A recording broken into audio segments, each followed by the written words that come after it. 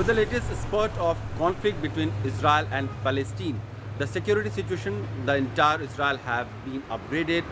We saw during the weekend hundreds of Hamas militant entering into the Israeli settlement, targeting people, family, unassumingly, and it was a summarily massacre that was done from those militant side. Since then, there has been hundreds of missiles that has been pounded on Gaza by Israeli forces as well,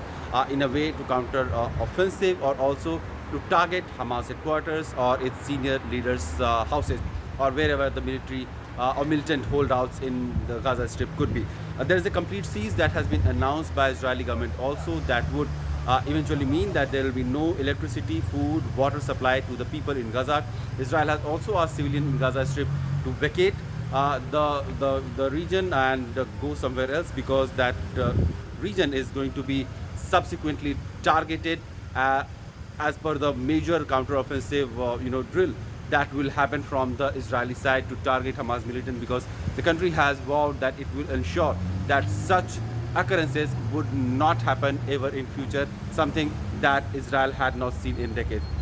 With the latest conflict and the tension arising, Tel Aviv, which is not very far from the Gaza border, is less than 100 kilometers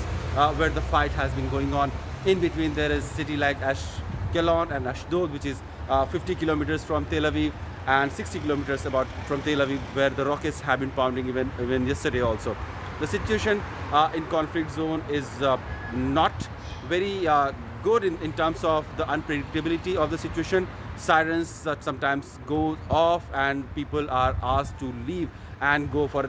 protected areas to shelter themselves from pounding rockets or anything that could harm them. But with the kind of geopolitical tension, it looks like the entire war or the counteroffensive that Israeli government is planning for a very long time will be dragged into a long war, because we have been seeing a lot of other countries also issuing their narratives.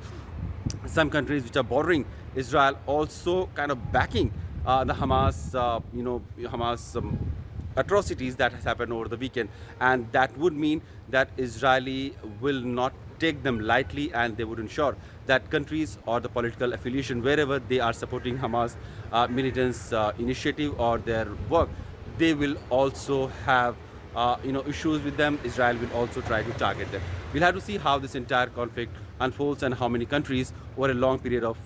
this conflict will get drawn into this war.